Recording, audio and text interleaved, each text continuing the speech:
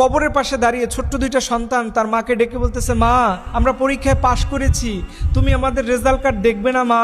এই ভিডিওটা দেখার পরে কলিজা ফেটে মায়ের কথা মনে পড়ে গেল।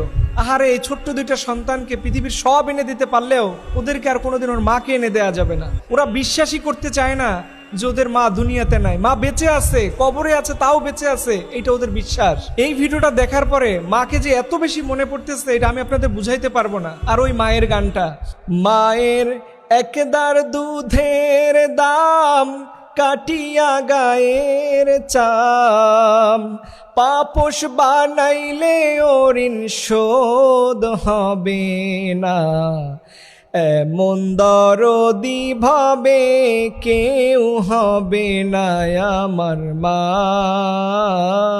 গো। মা ছাড়া দুনিয়ার সন্তানের কেউ আপন হয় না রে। এর জন্য অনেকে দেখি মায়ের সাথে খারাপ আচরণ করে। দেখেন এই ছোট্ট সন্তানগুলোর মনে কি ব্যথা, যে রেজাল্ট কার্ড তো মাকেই দেখাইতে হয়, মা আমি পরীক্ষায় পাশ করছি, তুমি আমারে কষ্ট করে পড়াইছো, আমি ভালো রেজাল্ট করছি। ওরা বুঝে না যে ওর মা জীবনে আর কোনোদিন রেজাল্ট কার্ড দেখবে না, কিন্তু ওদের বিশ্বাস মাকে কবরে গিয়ে বললেও বলতে হবে, কারণ মা কবরে বসে শুনবে। আল্লাহু আকবার।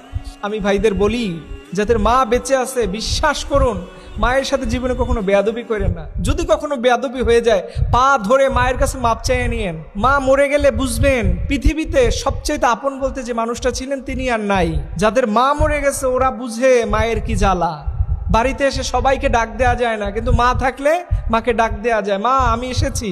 কিন্তু মাঝে মধ্যে দেখি অনেক ছেলেপেলেরা মায়ের সাথে খারাপ আচরণ করেন, মাকে কষ্ট দেন।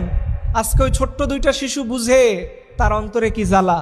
ওরা যদি না খেয়েও থাকতো, তারপর ওরা জানতো যদি ওর মা বেঁচে আছে ওর পৃথিবীতে কোনো দুঃখ রইতো না। কিন্তু ওরা আজকে হাজারো খেয়ে থাকলেও ওর জ্বালা কষ্ট মায়ের অভাব পৃথিবীর কেউ পূরণ করে দিতে পারবে না। এর জন্য ভাইদেরকে বলি, অনেক স্বামীরা স্ত্রীর উপরে জুলুম করেন না, অনেক স্বামীরা স্ত্রীকে তালাক দিয়েন না, অনেক স্বামীরা স্ত্রীকে ঘর থেকে বের করে দিয়েন না।